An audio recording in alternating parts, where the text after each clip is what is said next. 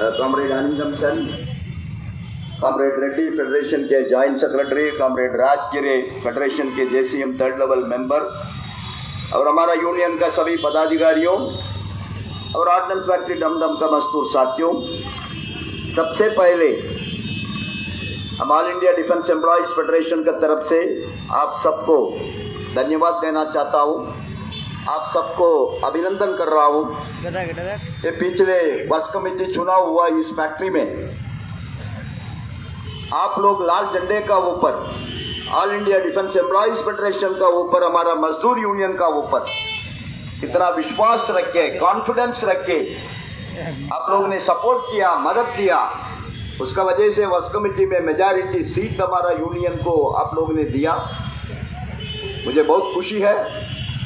लेकिन अभी स्वपन मुखर्जी से हम बात कर रहा था, ठीक है इलेक्शन में हम लोग जीता, वर्कर हमारा ऊपर तो कॉन्फिडेंस दिया, लेकिन हम लोग का जिम्मेदारी भी ज्यादा है, वर्कर का एक्सपेक्टेशन तो ज्यादा रहेगा। कारण आज 40 साल के बाद हमारा तो ये वेस्ट बंगाल में 4 ऑर्डिनेंस फैक्ट्री है। इस चारों ऑर्डिनेंस फैक्ट्री में एआईडीएफ का वर्क्स कमेटी है। उसका मतलब क्या है?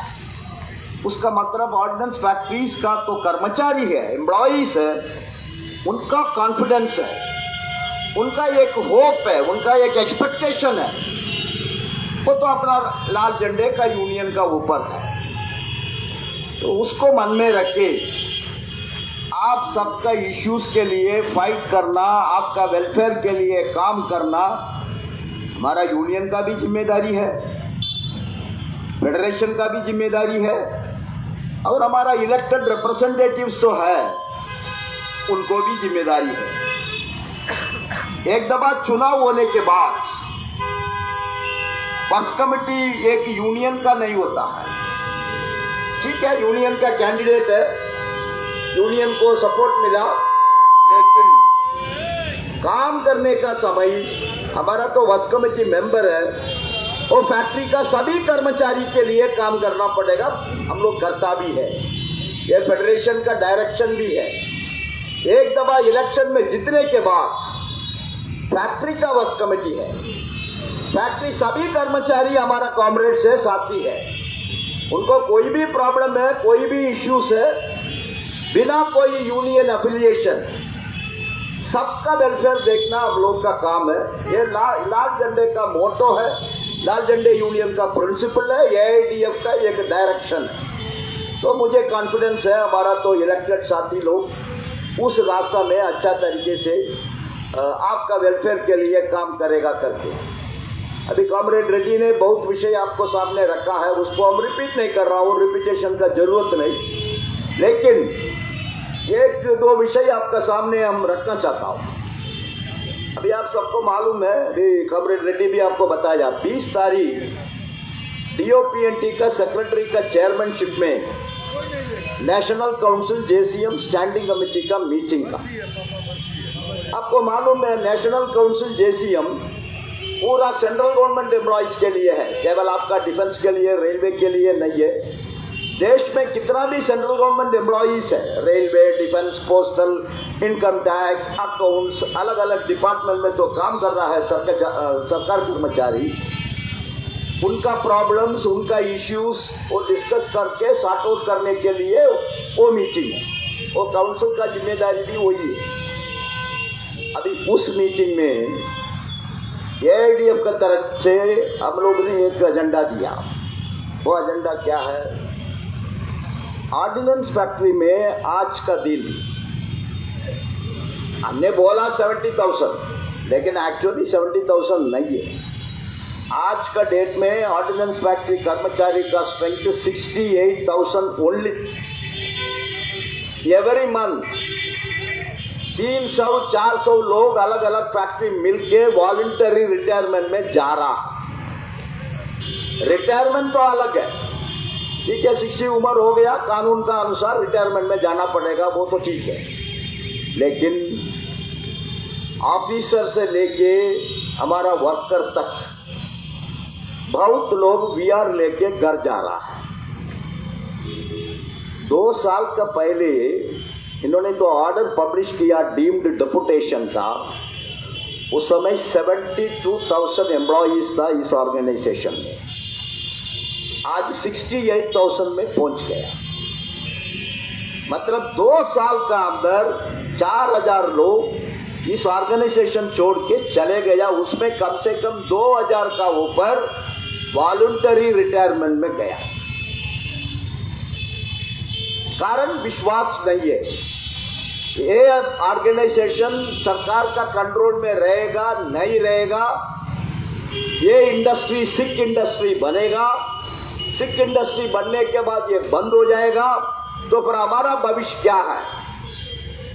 अभी कल हम तो कौन सा फैक्ट्री से काम करके रिटायर हुआ, एक मैडम 2003 नवंबर में उसका रिटायरमेंट था, पुराना पेंशन का था, 2003 नवंबर में आया करके जस्ट 20 साल कंप्लीट करने के लिए इंतजार किया।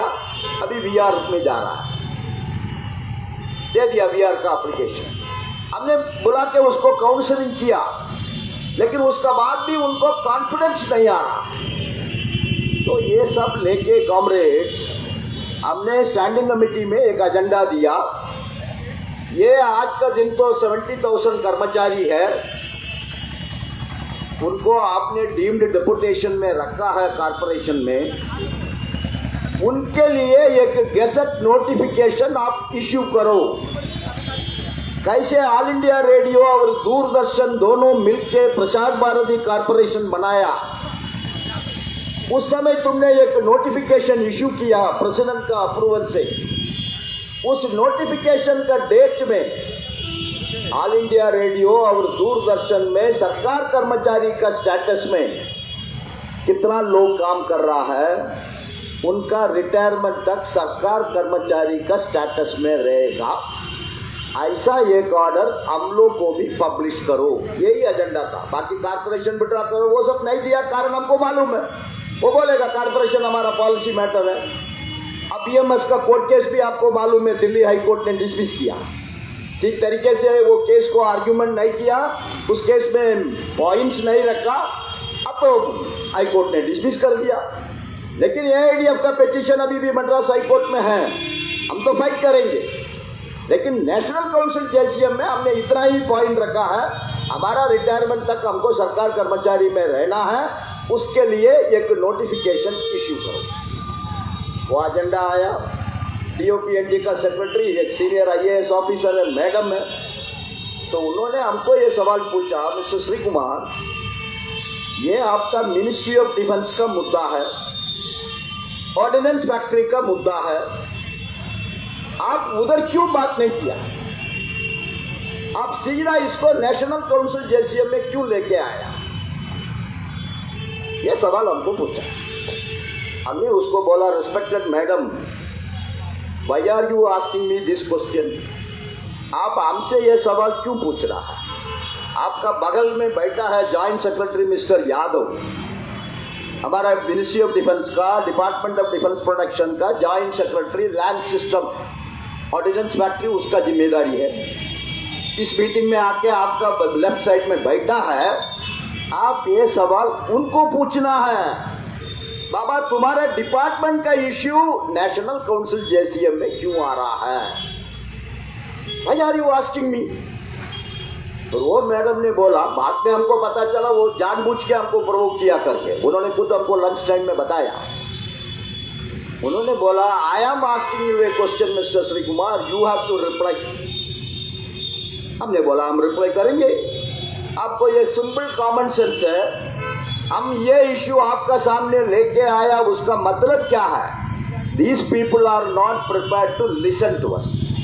हम लोग को सुनने के लिए ये डिपार्टमेंट ऑफ डिफेंस प्रोडक्शन तैयार नहीं है। इनको पूछो, 4 ऑर्गेनाइजेशन मिलके, 4 ऑर्गेनाइजेशन कौन है, एआईडीएफ, ईपीएमएस, सीडीआरए और आईओएफएस ऑफिसर एसोसिएशन। वो कभी हम लोग का कागज में दस्तखत नहीं करता, आपको मालूम है, वो बोलता हम ऑफिसर है, हम ग्रुप ये है, हम दस्तखत नहीं करेंगे। लेकिन अभी उन्हीं लोग भी 4 ऑर्गेनाइजेशन ने दस्तखत करके राजनाथ सिंह को, डिफेंस सेक्रेटरी को अभी तक 4 चिट्ठी दिया। एआईडीएफ तो अलग 50 चिट्ठी लिखा, वो छोड़ो, लेकिन जॉइंटली ये 4 ऑर्गेनाइजेशन ने इनको राइटिंग में चिट्ठी दिया। आप एक नोटिफिकेशन इश्यू करो, कैसे ऑल इंडिया रेडियो दूरदर्शन को तुमने इश्यू किया, उसी तरीके से ऑर्डिनेंस फैक्ट्री कर्मचारी के लिए एक नोटिफिकेशन इश्यू करो। ये सब कर्मचारी 1 अक्टूबर 2021, 1 अक्टूबर 2021 में हमारा तो डीम्ड डेपुटेशन ऑर्डर में हम कितना लोग को, ये 7 कंपनी को भेजा, उन सबको रिटायरमेंट तक गवर्नमेंट एम्प्लॉय का स्टेटस में हम रखेंगे। लेकिन इन्होंने अभी तो कोई जवाब नहीं दिया, इन्होंने कोई मीटिंग भी नहीं बुलाया। पर हमारा पास क्या ऑप्शन है? यह मिनिस्ट्री अब हमको सुनने के लिए तैयार नहीं है, फिर हम किधर जाएगा? तो आपका पास ही आना पड़ेगा ना। आप लेवल 1 जेसीएम है ना, लेवल 2 मीटिंग 7 साल हो गया, अभी तक मीटिंग नहीं कर रहा है ये मिनिस्ट्री। फिर हम किधर बात करेंगे? आप बताओ। मैडम को समझ में आया, सीरियसनेस उसको समझ में आया। उन्होंने उसको पूछा, मिस्टर यादव ये क्या चल रहा है तुम्हारा मिनिस्ट्री में? हम तो इधर बैठा है, मीटिंग बुला रहा है, हमारा इश्यू बहुत वाइड है, हमको सेंट्रल गवर्नमेंट एम्प्लॉइज का कॉमन इश्यूज पूरा डिस्कस करना है। हमारा समय आप लोग क्यों वेस्ट कर रहा है इस जो एक डिपार्टमेंट का विषय में? हम इसलिए बैठा है इधर, आप इन लोग से क्यों मीटिंग नहीं कर रहा है? और उसको जवाब नहीं है। वो बोला मैडम ऐसा नहीं है, अभी कैसे रेड्डी ने बोला, अभी हम लोग ने HR पॉलिसी बना रहा है, उस HR पॉलिसी बनाने के बाद ऑप्शन पूछेंगे। और हमने बोला मैडम ये सब नाटक कर रहा है, ये कारपोरेशन फेलियर है, corporation is an utter failure. नहीं तो 2 साल भी नहीं हुआ, तुमने 7 कंपनी बनाया। KPMG कंसल्टेंट को 6 करोड़ रुपया तुमने दिया कंसल्टेशन फीस, 6 करोड़ रुपया उन्होंने खा लिया। लेकिन उनका रिकमेंडेशन में तुमने 7 कंपनी बनाया। अभी तुमने दूसरा एक कंसल्टेंट को अपॉइंटमेंट कर रहा है 7 को 4 करने के लिए। उसका मतलब क्या? Your decision is a failure. You are not able to sustain this organization as a corporation. आप इसको कॉर्पोरेशन के रूप में सस्टेन नहीं कर सकता, इसीलिए तुमने खुद निर्णय लिया कि 7 को हम 4 करेंगे। वो भी तुमने ऐसा गलत काम कर रहा है। हमारा तो 3 फैक्ट्री है, ordnance factory Dehradun, OLF Dehradun, cable factory Chandigarh. ये तीनों IOL का अंदर है, इंडियन ऑप्टल लिमिटेड। उस IOL को तुमने BEL का साथ, भारत इलेक्ट्रॉनिक्स लिमिटेड का साथ मर्ज कर रहा है। भारत इलेक्ट्रॉनिक्स का आप लोग वेबसाइट में जाइए, कॉमरेड्स देख लीजिए। BEL में सरकार का शेयर केवल 51% है। ये सरकार का कैबिनेट का निर्णय क्या है? All the 7 company will be 100% owned by the government. ये तो कैबिनेट का निर्णय है। मद्रास हाई कोर्ट में तुमने तो पिटीशन दाखिल किया, हमारा पिटीशन में काउंटर पिटीशन दाखिल किया। उसमें तुमने क्या राइटिंग में दिया? Government has taken a decision to convert the ordnance factory board into 7 corporations which will be 100% owned by the government. अभी इनको वायलेट कर रहा है इन लोग, तो इनको ऊपर हमको क्या विश्वास रहेगा? कंपैशनेट अपॉइंटमेंट तो 2-3 साल से बंद करके रखा है, किसी को भी कंपैशनेट अपॉइंटमेंट नहीं दे रहा। हमारा 2 कर्मचारी एक्सीडेंट में डेथ हुआ, ऑर्डिनेंस फैक्ट्री कमारिया और ऑर्डिनेंस फैक्ट्री डेहरोड। 40 साल 35 साल का बच्चा लोग है, छोटा छोटा बच्चा है। डेहरोड में तो डेथ हुआ, उसका वाइफ प्रेग्नेंट था उस समय, वो एक्सीडेंट में मरने का समय। एक छोटा बच्चा हाथ में, दूसरा बच्चा उसका ओवरी में, अब उसका यूट्रस में है। अरे क्या करेगा? कंपैशनेट अपॉइंटमेंट इन लोग नहीं दे रहा है, सर्विस कंडीशन बदल नहीं करेगा। तब तक के लोग डीम्ड डेपुटेशन में हैं, हम सर्विस कंडीशन बदल नहीं करेगा। कोर्ट में तुमने एफिडेविट दाखिल किया, लेकिन तुम नया इंसेंटिव स्कीम लेके आ रहा है, पीस वर्क को खत्म कर रहा है, वर्किंग आवर को 4434 से 48 कर रहा है, उसके खिलाफ में फिर ये एडीएफ हाईकोर्ट में रिट दाखिल करने के बाद फिर वापस 4434 में आ गया। तो ऐसा हमारा तो परेशानी है। बिना कोई टाइम स्टडी, बिना कोई साइंटिफिक रीजन 30% 25% लेबर एस्टिमेट में कम कर रहा है। अभी राजगिरे बैठा है इधर, उनका फैक्ट्री में अभी कंटिन्यूअस आंदोलन चल रहा है ये रेट रिडक्शन का खिलाफ में। तुम कैसे रेट रिडक्शन करेगा? बोलता है हम कॉम्पीट करना है। अब तो जनरल मैनेजर का तनख्वाह में 10 रुपया कम नहीं होता है, ऑफिसर्स का तनख्वाह में कम नहीं होता है, कम होता है केवल पीस वर्कर का तनख्वाह में। ये क्या सर्विस कंडीशन में बदल नहीं हो रहा है? ये सब विषय कॉमरेड उस दिन मीटिंग में रेज किया। उसका बाद डीओपीएनटी सेक्रेटरी ने उनको डायरेक्शन दिया, इधर जितना भी कॉर्पोरेटाइजेशन का खिलाफ में तो इश्यू रेज किया मिस्टर श्री कुमार, वो तुमको डिफेंस सेक्रेटरी का जानकारी में लेके आना है, जल्दी से जल्दी तुमको इसको कार्रवाई करना है। अभी कितना कार्रवाई करेगा, क्या करेगा पता नहीं। हमारा फेडरेशन का अभी एग्जीक्यूटिव कमेटी मीटिंग हुआ वीडियो कॉन्फ्रेंस में, स्वपन भी था उस मीटिंग में। हम लोग ने ये निर्णय लिया, हम इनके लिए इंडेफिनिट वेट नहीं कर सकता।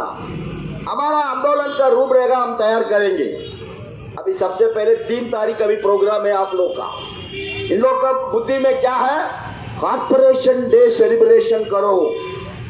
अभी टीसीएल ने ऐसा निर्णय लिया, 1 तारीख तो छुट्टी है संडे, 2 तारीख छुट्टी है महात्मा गांधी जयंती, तो इनको करना है तो 3 तारीख सेलिब्रेशन करना है, नहीं तो 30 तारीख करना है। लेकिन अभी इन्होंने निर्णय लिया 1 तारीख हम ऑफ इन लीव संडे में काम करेंगे, आप लोग सभी कर्मचारी आके टीसीएल डे सेलिब्रेट करो। फेडरेशन ने तुरंत डायरेक्शन दिया। अभी चारों फैक्ट्री का यूनियन वर्क्स कमेटी लिख के मैनेजमेंट को चिट्ठी दिया, हम ऑफ इन लीव में संडे नहीं आएंगे, तुम्हारा कॉर्पोरेशन का सेलिब्रेशन हम बॉयकॉट करेंगे। कारण सेलिब्रेशन करने का क्या है? हम इतना परेशान में हैं, हम इतना नुकसान में हैं, हमको सेलिब्रेट करने का कुछ भी नहीं है, हम आपका सेलिब्रेशन बॉयकॉट करेंगे। अभी 3 तारीख हम लोग रखा है विड्रॉ कॉर्पोरेटाइजेशन डे, कॉर्पोरेशन को विड्रॉ करे। 3 तारीख बहुत बड़ा प्रोग्राम रखा है पूरा हिंदुस्तान में। मुझे मालूम है डमडम में ये प्रोग्राम्स वगैरह बहुत अच्छा तरीके से आप लोग करता है, करना है कांग्रेस, छोड़ना नहीं है इस सरकार को, छोड़ना नहीं है, कभी छोड़ना नहीं है। आप फाइट करो, यही राइट टाइम है। चुनाव लेके जा रहा है मोदी साहब, यही राइट टाइम है इनको अटैक करने के लिए। दूसरा हमारा एनपीएस का इश्यू, वो भी कॉमरेड रेड्डी ने बताया आपको। अभी हम लोग अनिश्चितकाल का स्ट्राइक नोटिस दे रहा है नवंबर 20 और 21। We are going to take an indefinite strike notice. Railway को कन्विंस किया, कारण आपको मालूम है केंद्र सरकार कर्मचारी का स्ट्राइक एक कॉमन मुद्दे में सक्सेस होने के लिए रेलवे का मदद चाहिए, चक्का जाम होना चाहिए, इसलिए उनको भी कन्विंस किया, उनका लीडरशिप को भी कन्विंस किया। आपको मालूम है आज केंद्र सरकार कर्मचारी पैरामिलिट्री छोड़ के, सीआरपीएफ सीआईएस सब छोड़ के तो बिना यूनिफॉर्म में काम कर रहा है, उनका संख्या 29 लाख से कम हो रहा है।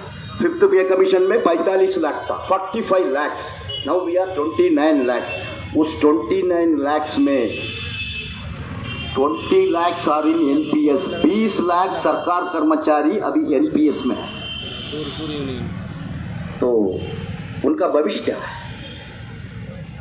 आप लोग भी ऑप्शन देने का समय, सरकार में रहने का ऑप्शन देगा तो आज नहीं तो कल ओल्ड पेंशन का बेनिफिट मिलेगा।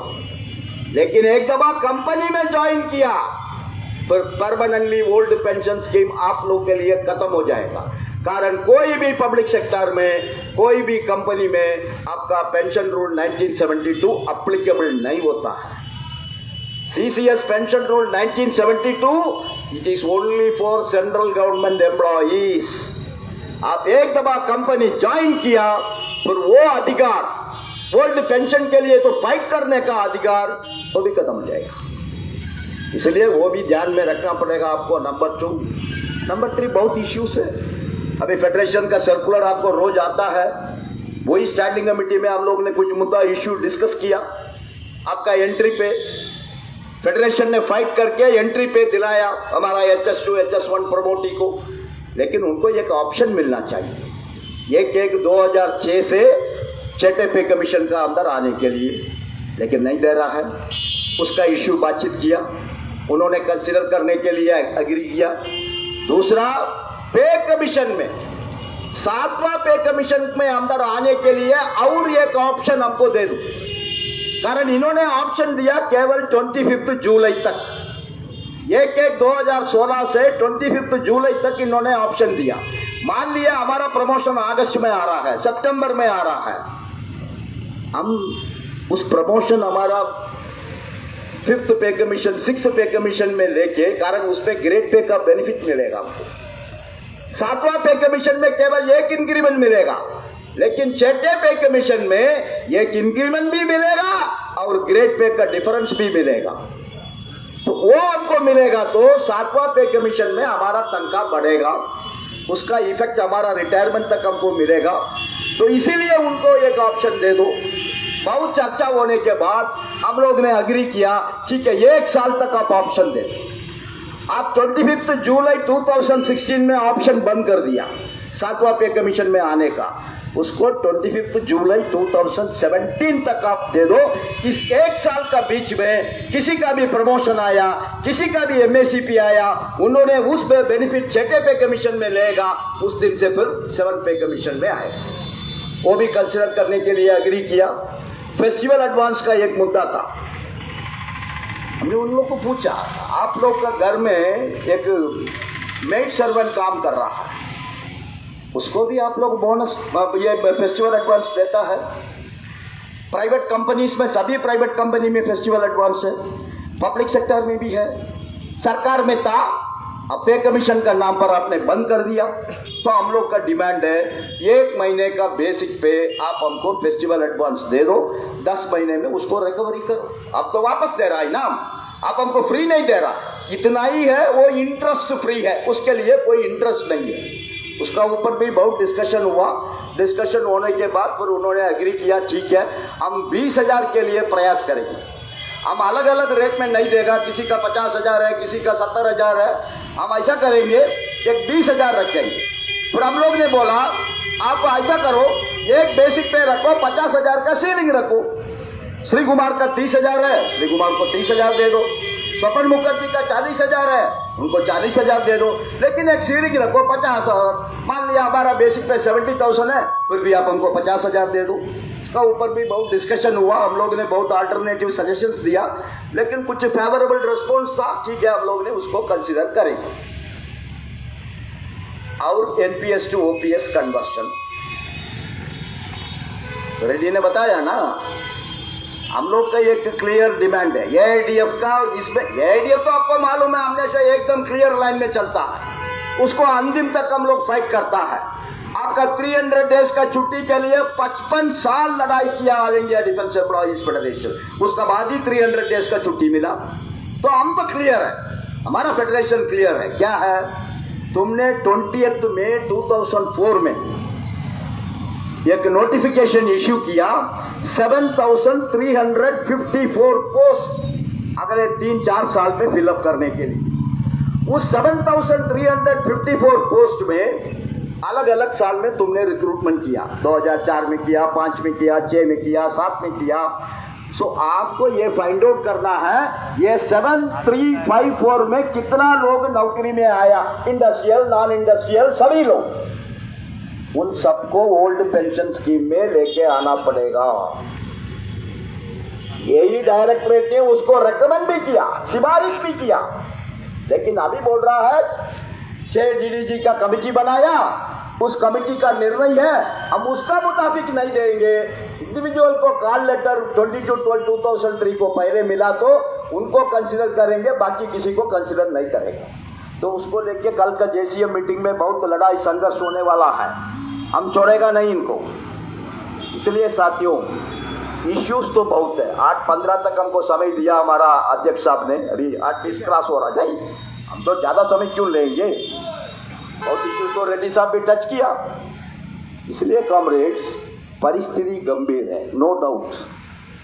मोर than 25 ordnance factories, even basic pay का भी वर्कलोड नहीं है। ठीक है, दमदम में थोड़ा बहुत है, आपको 30%, 35%, 40% पीस ऑफ प्रॉफिट मिल रहा है, लेकिन कम से कम 25 फैक्ट्री में महीने में minus, including condenser factory Kashipur, आपका बगल का फैक्ट्री में माइनस। इस परिस्थिति क्यों आया? वर्कलोड रिटेन करने का नाम पर तुम हमारा लेबर एस्टिमेट में कटौती कर रहा है। उसका बाद क्वालिटी, यही तो बोल रहा हूं, क्वालिटी कॉम्प्रोमाइज होगा, एमिनेशन फैक्ट्रीज में एक्सीडेंट होगा, हमारा एम्प्लॉय का डेथ होगा, तो परेशान का ऊपर परेशानी है, नो डाउट। लेकिन हम क्यों डिप्रेशन में जाएंगे कॉमरेड, हम क्यों फ्रस्ट्रेशन में जाएंगे? हमारा कोई गलती नहीं है, we have not committed any mistake. ये सरकार का मिस्टेक है। हम लोग ने राइटिंग में दिया, it is a failed experiment, it is a miss adventure you have done. हमने 2 साल का पहले आपका सामने क्या क्या रखा है वो पूरा 100% सच हो चुका है। Corporatisation is a blunder, corporatisation is an historical failure, corporation is a miss adventure, corporation को विड्रॉ करना पड़ेगा। इसलिए कॉमरेड्स, हम भी रिपीट कर रहा हूं, रेड्डी साहब ने इधर क्या बताया, ये वही है, हमने पहले ही बोल दिया। उसके लिए अभी लायर नोटिस इश्यू कर रहा हूं। हम और पाठक साहब आवड़ी में था, पाठक साहब कुछ प्रोग्राम के लिए आया था, हम दोनों गए हमारा सीनियर वकील के साथ, हमने डिस्कस किया। उसके बाद फिर हम लोग ने निर्णय लिया, किधर किधर पीस वर्क को खत्म करके ये पीएलआई का नाम पर, NL new incentive scheme, NIC का नाम पर, अलग अलग नाम पर इन लोग हमारा एक्सिस्टिंग सर्विस कंडीशन में टिंकरिंग करेगा, तो उन सभी जीएम को by name contempt of court का लायर नोटिस इश्यू करने के लिए निर्णय हो चुका है। अभी सबसे पहले हम लोग एवीएनएल का जीएम और सीएमडी को इश्यू कर रहा हूं लायर नोटिस, शायद इस हफ्ते इश्यू होने का संभावना है। उसका बाद किधर किधर ये प्रॉब्लम है उन सबको हम ये कंटेम्प्ट ऑफ कोर्ट में भी इनको फेस करेंगे। तो इसलिए आपको चिंता करने का कोई जरूरत नहीं है, आप लड़ाई करो, संघर्ष करो, कभी भी ऑप्शन आएगा उस समय आप ऑप्शन दे दो, क्लियर परसेप्शन होना चाहिए। I am recruited as a government employee, हमारा रिक्रूटमेंट ऑर्डर, आपने तो हमको अपॉइंटमेंट ऑर्डर दिया ना, उस ऑर्डर में किधर भी कंडीशन नहीं है। कंडीशन है हम आपको 10 साल का बाद कंपनी का कर्मचारी बनेगा, there is no condition in my appointment order. तो फिर आप हमको जबरदस्ती कैसे कंपनी में डाल सकता है? हम नहीं आएंगे। आप हमको 5 इंक्रीमेंट दे दो, 10 इंक्रीमेंट दे दो, 1 लाख रुपया हमको तनख्वाह एक्स्ट्रा करो, फिर भी तुम्हारा कंपनी में हम नहीं आएंगे। I am recruited as a government employee, I will retire as a government employee, ये हम लोग का ये होना चाहिए। दूसरा एनपीएस, इसको खत्म करने का अलावा कोई रास्ता नहीं है। कमेटी बनाया, इंप्रूवमेंट, क्या इंप्रूवमेंट करेगा कमरे? इंप्रूवमेंट इन्होंने किया ना, सरकार और कर्मचारी दोनों का कंट्रीब्यूशन 10% था, सरकार को 14% कर दिया 2019 से, उसके बाद भी पेंशन हुई 2000-3000। तो क्या इंप्रूवमेंट करेगा? इसमें कुछ भी इंप्रूवमेंट नहीं कर सकता। हम 2 मिनट में खत्म कर रहा हूं। ये एक उदाहरण उनका सामने रखा है। उदाहरण क्या है? कारण इन लोग का एक आर्ग्यूमेंट है, या ऑफिसर्स का एक आर्ग्यूमेंट है, साहब इनका टोटल तो 20 लाख 30 लाख तो पैसा उधर हो रहा है, उसमें 60% इन लोग घर लेके जा रहा है, उसके बारे में इन लोग कुछ भी नहीं बोल रहा है। वो 60% के बारे में इन लोग मुंह ओपन ही नहीं कर रहा है, केवल तो 40% में इन लोग तो एन्युटी परचेज कर रहा है, उसी का रिटर्न के बारे में बात कर रहा है। It is a composite scheme, it is a composite scheme, 60% और 40% दोनों मिलके कॉम्पोजिट स्कीम है। ये मालूम है हम लोग को, ये काउंटर हम लोग को करेगा करके, इसलिए हम लोग ने वर्कआउट किया। एक चार्जमैन का हम लोग ने उसका वेबसाइट में पूरा निकाला, उसका आज का बेसिक पे है कॉमरेड्स, नया लड़का है, 20 साल हुआ अभी, उसका बेसिक पे है 46,000 कुछ है। उसका एक्यूमुलेशन में आज का दिन 24 लाख है टोटल। अब उस 24 लाख में एनपीएस में वो जाएगा तो उसको मिल रहा है 4,000 रुपया पेंशन। मान लिए ये 100% सरकार को दे रहा है, 60% भी हमको नहीं चाहिए बाबा, आई डोंट वांट द 60%, वो भी आप रखो।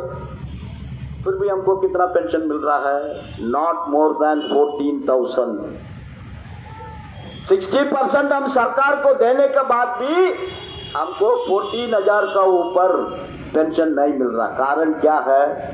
आप पीएफआरडीए का वेबसाइट में जाके स्टडी करिए। आज का दिन आपका पैसा में 7.1% का ऊपर रिटर्न नहीं आ रहा, उतना ही आपका रिटर्न है 7.1%। उसमें आप कैलकुलेट करेगा उनका पेंशन उतना ही आएगा। लेकिन उस आदमी 46,000 उसका बेसिक पे है, उसको 50% बेसिक पे सीधा 23 है ना, 23,000 है। फिर उसका 42% डीए और 4% आने वाला है, 46% डीए, दोनों ऐड करो, उसका पेंशन जाएगा 35,000 तक। लेकिन इसमें मिलेगा 14,000। इस 14,000 तो परमानेंट है, कितना भी डीए बढ़ाओ, आपका एनपीएस में कोई डीए का प्रोविजन नहीं है। देयरफॉर कॉमरेड्स, आपका ओल्ड पेंशन स्कीम का सुरक्षित के लिए भी आपको कंपनी में जाना नहीं है, आपको सरकार कर्मचारी में रहना, ये मन में रखिए।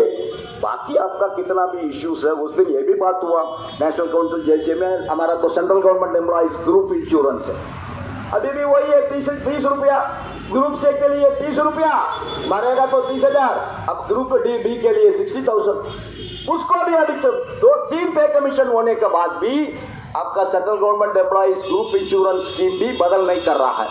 उसके बारे में भी लंबा डिस्कशन हुआ उस मीटिंग में। आपका कोई भी इश्यू एआईडीएफ छोड़ता नहीं कामरेड, हम लोग तो संघर्ष में हैं, लड़ाई में हैं। कल तो जेसीएम मीटिंग होने वाला है, उस मीटिंग में भी ये ओपीएस एनपीएस ओपीएस कन्वर्शन से लेके सभी इश्यूज, इनका कंट्रोल में तो कितना इश्यूज है वो पूरा इश्यूज का ऊपर हम लोग चर्चा करेंगे। आप लोग का इतना ही अपील है, चुनाव तो हो गया ठीक है, सभी यूनियन को अपील कर रहा हूं, चुनाव तो ठीक है, डेमोक्रेसी में चुनाव आता है जाता है, लेकिन अभी एकता का समय है, मिल के लड़ाई करिए, मिल के संघर्ष करिए। अभी अक्टूबर 3 तारीख का प्रोग्राम है विड्रा कॉर्पोरेटाइजेशन डे, उसको अच्छा तरीके से आप लोग लागू करिए। उसके बाद हमारा 4 ऑर्गेनाइजेशन का बैठक होने वाला है, एआईडीएफ, बीपीएमएस, सिड्रा और आईओएफएस। इस चारों बैठने के बाद हमारा आगे का स्ट्रैटेजी, हमारा आगे का प्रोग्राम तैयार करेंगे। जब तक आप यूनाइटेडली आपका आंदोलन को, आपको एजिटेशन को आगे लेके साथियों, इतना बोल के आप सबको नमस्कार, लाल सलाम, धन्यवाद। धन्यवाद comrade Shri Kumar, AIDF general secretary. आज का ये सभा यही समाप्त होता है।